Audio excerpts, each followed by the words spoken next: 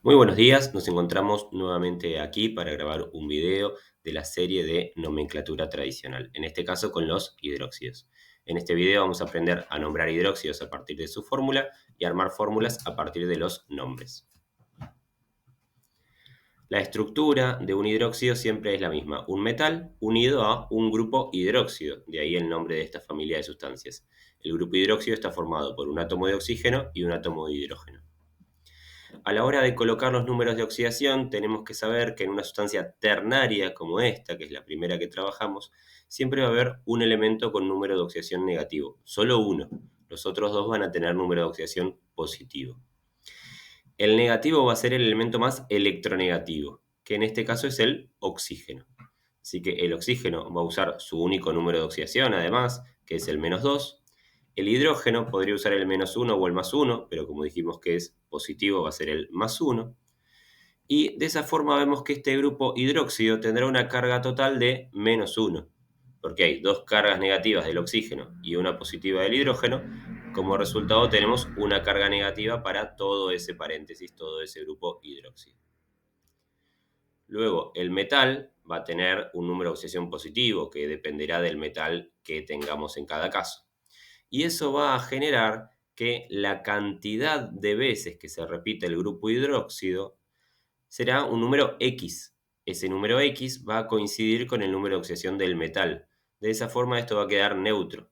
Por lo tanto, si el metal tiene número de oxidación 3, habrá 3 grupos hidróxidos y habrá un 3 ahí abajo a la derecha del paréntesis. Si el metal tiene número de oxidación 2, habrá un 2 ahí abajo. De esa forma siempre queda neutro este tipo de sustancias. A la hora de nombrar hidróxidos, vamos a comenzar con la palabra hidróxido, entonces son muy fáciles de reconocer, y luego vamos a nombrar al metal con los prefijos y sufijos que le corresponden, tal como lo hemos trabajado en óxidos, en hidruros metálicos, en sales binarias. Siempre los metales se nombran de la misma forma. Acá tenemos algunos ejemplos. Fíjense que en todos los casos tenemos un metal, potasio, magnesio y bario, y luego el grupo hidróxido.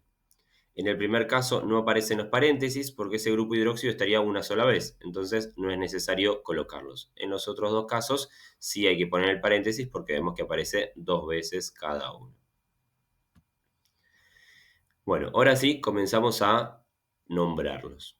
Primero tenemos que estar seguros que son todos hidróxidos, y así es. Tenemos un metal primero en todos los casos, calcio, hierro, cobalto y sodio, todos metales, y luego el grupo hidróxido. En el último caso, fíjense que no aparece el paréntesis, evidentemente es porque ese paréntesis está una sola vez. ¿Bien? Bueno, ponemos los números de oxidación.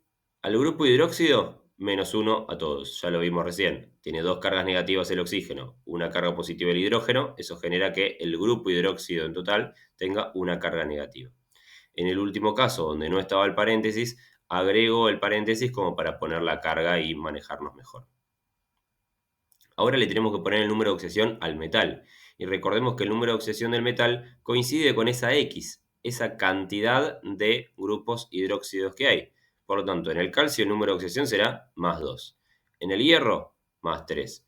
En el cobalto, +2. Y en el sodio, 1. ¿Bien? Chequen en su tabla periódica y van a ver que estos números de oxidación coinciden. Habiendo ya colocado los números de oxidación, vamos a pasar a nombrarlos. Los nombres de los hidróxidos dijimos que comienzan con la palabra hidróxido y luego viene el nombre del metal con el prefijo o sufijo que le corresponde. Por lo tanto, tenemos que hacer foco en los números de oxidación del metal. Vamos con el primero. En el primer caso tenemos al calcio.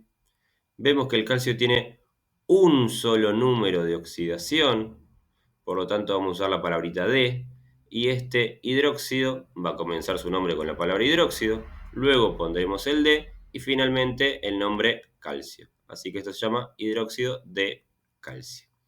Es decir que a la hora de nombrar hidróxidos, comenzamos siempre con la palabra hidróxido y luego nombramos al metal tal como lo hacemos siempre.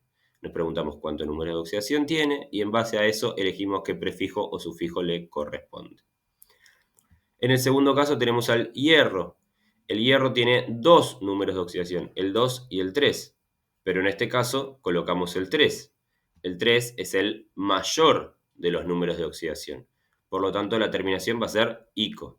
Así que esto se llama hidróxido férrico. Comenzamos con la palabra hidróxido, luego nombramos al hierro, en latín en este caso, y la terminación ico por usar su número de oxidación más grande. Pasamos al caso del cobalto. El cobalto tiene dos números de oxidación también. En este caso estamos usando el más pequeño, el más 2. Por lo tanto, la terminación del nombre va a ser en oso. Así que este nombre va a ser hidróxido cobaltoso. Vemos cómo termina en oso por usar el número de oxidación más pequeño de los dos que tiene. Pasamos al último caso. Tenemos al sodio. El sodio tiene un único número de oxidación.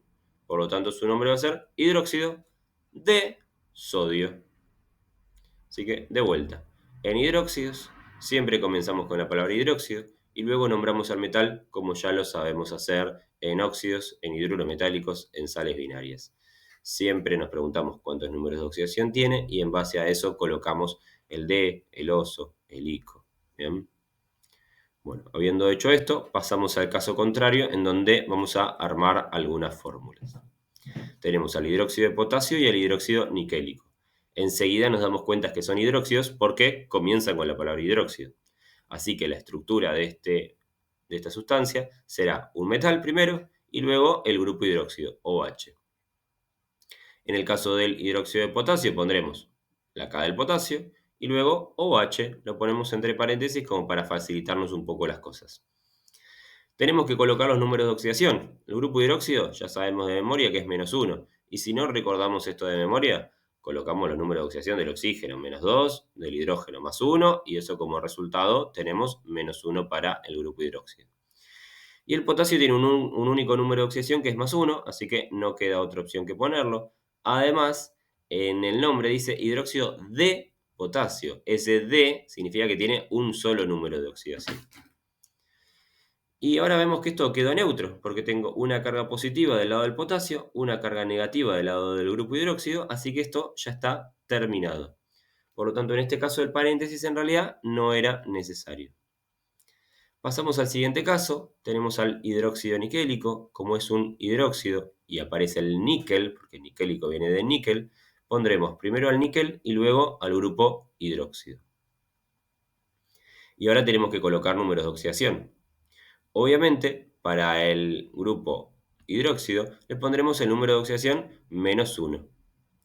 Y para el níquel nos tenemos que preguntar, ¿cuánto número de oxidación tiene? Y sabemos que tiene dos números de oxidación.